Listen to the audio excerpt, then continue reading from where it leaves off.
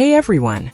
Welcome to Update X24H, your go-to channel for the latest news, hottest dramas, breaking stories, and all the buzz from the world of entertainment. We're here to keep you updated, entertained, and always in the loop. Hit that subscribe button and join our growing family, because here at Update X24H, we bring you the news that matters, the drama you love, and the stories you can't miss. Thanks for being part of our community. Let's stay connected, stay updated, and keep the good vibes rolling. But here's where things get even more terrifying. The report mentions something even more disturbing: dark red marks on the back of the head and body, indicating that the body had been lying face up for a prolonged period. Yet, eyewitnesses reported seeing the body in a prone position. So what does this mean? Could it be that the body shown to the public wasn't even used? Strangely, only police vehicles were seen at the scene. No ambulance, no paramedics. It's almost as if authorities knew what was going to happen and had planned it out in advance. If the body shown was indeed a decoy, where is the real Menglong? And why is the truth being hidden? When the autopsy report allegedly describing Menglong's final moments began circulating online, the world fell into stunned silence. It was not just a document filled with medical jargon and sterile descriptions. It was a haunting record of human cruelty. Every line spoke of pain, of a man who had suffered far beyond what words could capture. What should have been a routine investigation into an accidental fall transformed into a nightmarish revelation of deliberate brutality. The report described a body marked by agony. Deep bruises, fractured bones, and countless puncture wounds, as though he had been injected again and again with some unknown substance. These were not the signs of a simple fall. They were the unmistakable marks of torture. Forensic experts who examined the leaked details noted the striking precision with which the injuries were documented. The skull and cervical vertebrae were broken, ribs shattered, and there were lacerations across the scalp, evidence of repeated blows rather than a single impact. The clinical language could not hide the horror it described. Between the lines lay a portrait of a man who had been stripped of his dignity, reduced to pain, and left without a voice. Perhaps most disturbing was the mention of surgical sutures across the left rib cage and abdomen, a chilling echo of the rumors that you had hidden a USB drive inside his body, one said to contain information capable of exposing a powerful network. Whether fact or fiction, the implication was devastating. Someone had gone to extraordinary lengths to erase what he knew. And yet, the report left behind more questions than answers. How could such extensive trauma be consistent with a fall? Why was there silence from the authorities when the evidence demanded transparency? Even the small discrepancy in height, the body measured at 181 centimeters, slightly less than Yu's recorded 183 centimeters, took on sinister meaning for a public already primed to distrust official accounts. Beneath the clinical detachment of the report was something deeper, a sense of deliberate concealment.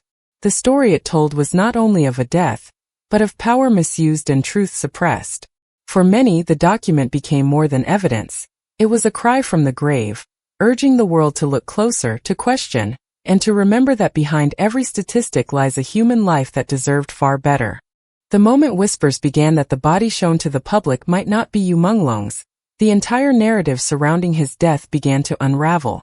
What had seemed like a tragic accident suddenly felt like a carefully constructed illusion, a performance orchestrated to deceive the world. The autopsy report mentioned dark red marks across the back, head, and legs, the kind that only appear when a body has been lying face up for hours. Yet, photographs from the scene showed a figure lying face down, positioned unnaturally, as though deliberately arranged. It was this contradiction that ignited one of the most disturbing theories. The body at the scene was not his at all. For those who had followed Yu's story, this revelation was not merely shocking. It was unbearable. How could a man so beloved, whose every public moment was documented, vanish into mystery even in death? And if the body was not his, where was the real Menglong? The theory of a body swap grew stronger when witnesses reported strange inconsistencies. No ambulance ever arrived, only police vehicles. The area was cordoned off within minutes, and official statements were released before the supposed autopsy had even concluded. It was as if someone already knew what narrative would be told. The thought that his body had been hidden or replaced felt like a final violation, a theft of identity, of truth, of peace. For his fans, it meant that even in death you could not rest. Some believed the substitution was meant to cover up the brutality of his final hours, while others whispered that his real body had been taken elsewhere, preserved for reasons far more sinister. Regardless of what one believed, the silence of the authorities spoke louder than any denial could. The image of that anonymous figure, lifeless on cold concrete, became a symbol of deception. The real horror was not just in what was done to you but in what was erased. The idea that the man the world mourned might not have been him at all left behind a chilling sense of emptiness. It was as if the truth itself had been buried, replaced by something hollow. A story crafted for control. And in that silence, one haunting question remains. If that body wasn't his, then who decided what the world should see, and what must stay hidden forever? When the first fragments of the leaked footage surfaced online, the internet fell into a state of disbelief. It was said to show you Menglong in his final hours, broken, bruised, and trembling. The video spread faster than any official statement, faster than truth could defend itself. It wasn't just a recording. It was a wound ripped open for the world to see. The images were blurred, the sound distorted, but there was no mistaking the man in the frame. He was conscious, struggling to breathe, his eyes hollow yet filled with something unyielding, defiance, pain, and an almost sacred determination to survive long enough to be remembered. The footage revealed more than cruelty. It exposed a system built to exploit silence. Sources claimed the video had first appeared on a dark web platform where each viewing was sold for $100,000. The idea that human suffering could be turned into entertainment, into currency, sickened those who watched. Yet, in the shadows, some did watch, and they confirmed what no one wanted to believe. You had been tortured, humiliated, and filmed as if his agony were part of a performance. It was horror in its most human form, stripped of dignity, turned into spectacle. But even in that darkness, something else emerged. Viewers noticed fleeting moments of humanity, glimmers of resistance. At one point, you raised his head, whispering something barely audible. Technicians who enhanced the audio claimed he said, "Please protect my mother." Those words changed everything.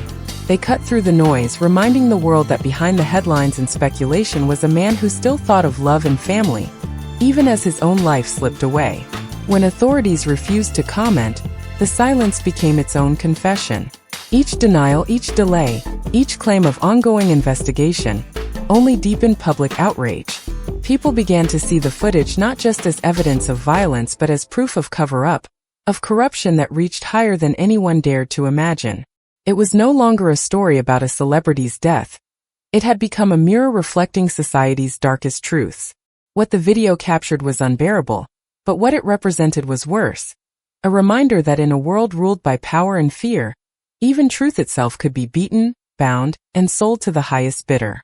And then the whispers started. According to insiders, the real body of Menglong wasn't discarded like a mere victim. No, it was seized by powerful figures, possibly even top-ranking officials, and taken to an undisclosed location. A place so horrifying that it sent shivers down the spine of anyone who dared speak of it. Why would the body be preserved, guarded by the highest authorities? Could Yu's body be part of a ritual? A dark, secretive tradition? If true, this paints an even darker picture of the power and corruption that runs deep within the corridors of influence. Soft, haunting music plays as images of Yu writing on a wall with his blood appear. Narrator somber tone. In his final moments, you knew his time was running out. In the dim light of his prison, he wrote 17 on the wall in his own blood.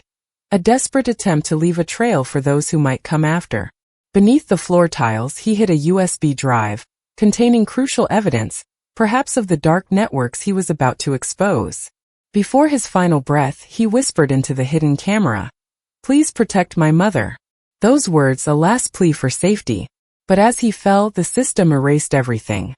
The bloodstains, the hidden messages, all wiped away in an instant. Quick flashes of international news headlines, social media posts demanding justice. Narrator determined tone. Yu's death is not just a tragedy. It's a warning. A symbol of the dark powers at play in the world today. The authorities are silent, but the people? They demand justice. They demand the truth. What happened to Menglong is not just about him. It's about the system that silences voices, that erases truths, and that manipulates power for the few. Footage of people marching for justice, holding signs with Menglong's face. Narrator hopeful, inspiring tone. It's time we demand answers. It's time to make sure Yu's voice is heard, even after everything that was taken from him. We cannot stand by in silence. Like, share, and comment with the hashtag justice for Menglong to spread the word. Together we can push for accountability. We can bring the truth into the light. Music fades to uplifting tone. Narrator calm and inviting. Thank you for watching. If you want to stay updated on the latest developments and uncover the truth behind the headlines, make sure to subscribe to the Update X24H channel. Your voice matters. Let's make sure Yu's story is never forgotten. Subscribe now and join the fight for justice.